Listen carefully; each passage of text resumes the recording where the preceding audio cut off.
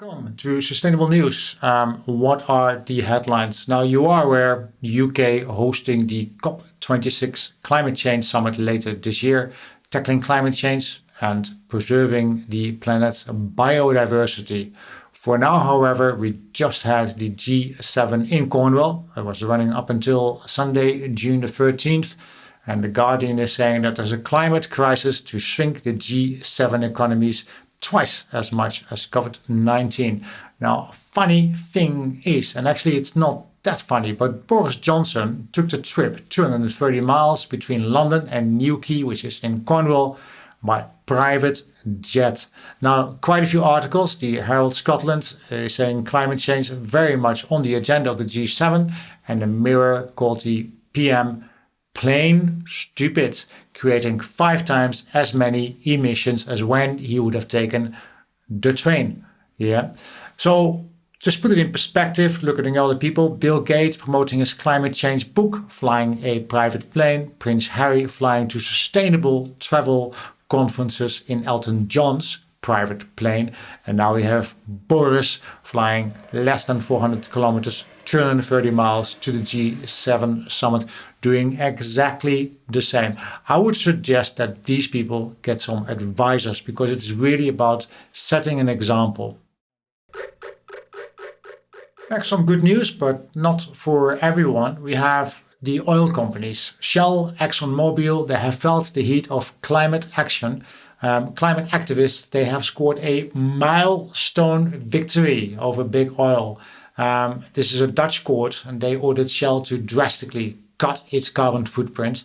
Ruling took place in Den Haag, The Hague. It is the first time that a fossil fuel company has been held accountable for its contribution to climate change and is now forced to reduce greenhouse gas emissions throughout its entire supply chain.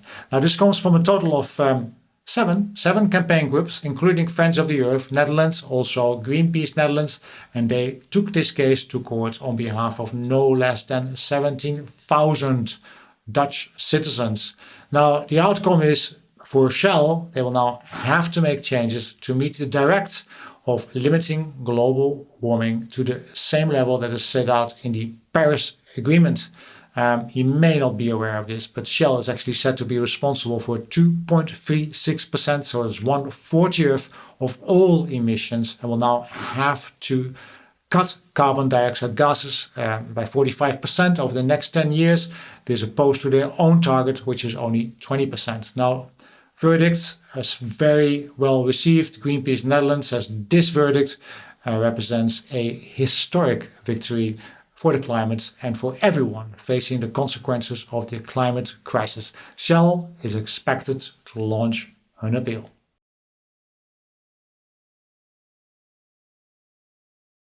All right, on the other side of the pond, what do we have? Oil giants, US oil giants, ExxonMobil and Chevron. They suffered shareholder rebellions from climate activists and unhappy institutional investors. This over their failure to set a strategy for a low carbon future. Now, ExxonMobil was forced to accept investor action, meaning activists onto its board. Hedge fund activists at engine number 1, they successfully replaced 2 Exxon board members with their own candidates, and this is to help drive the oil company towards what we may hope is a greener strategy.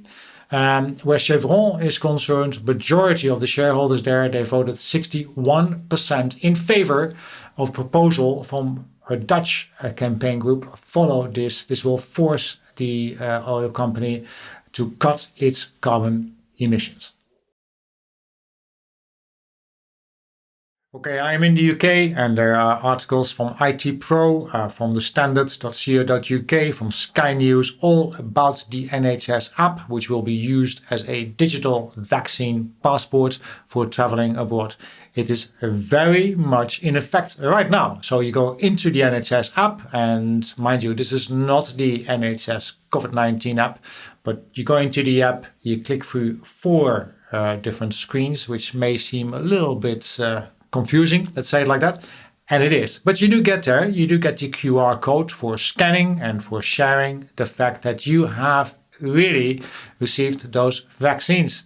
Now, Grant Shapps, and he is the transport secretary here, he added that he is working to make sure that the system can be internationally recognized. So good news.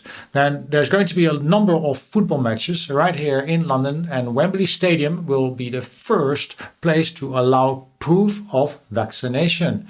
The status will be demonstrated once again via the app from the NHS, and it must show that the second dose has been administered 14 days before the match in question. Now, Sky News is not as positive.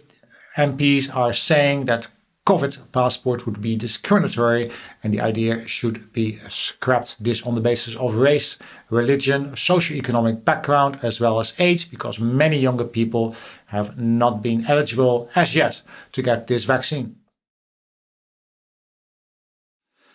So we will talk a little bit more about this, cases for and against vaccination passports. I did a podcast with James Willcox of Untamed Borders. We talked about sustainable travel, but we also talked about vaccine passports and vaccine tourism. And I can see arguments on both sides. I mean, something in the UK, a lot of people have had both vaccines. Some people have had one, some people have had none.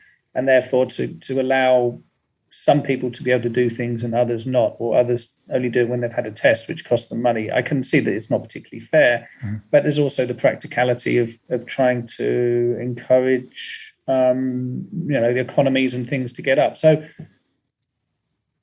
like in a lot of things, it's like whatever happens will happen, and there's a lot more smarter people than me that will come up with the policies. I know there's a number of countries in the world where the vaccination is you can use instead of a PCR test. So you might see that coming up that it will be one or the other. You can either have a recent PCR test to enter a country, or you can show a vaccination. But I think it's going to be difficult to have the vaccination certificate, especially because we're not sure whether people need boosters. There's different variants. There's all sorts of other things going on. I think I don't think this vaccination program is going to be the end of everything. Okay, we have the United Nations World Tourism Organization in favor of the certifications. They issued recommendations on the use of COVID-19 certificates for international travel.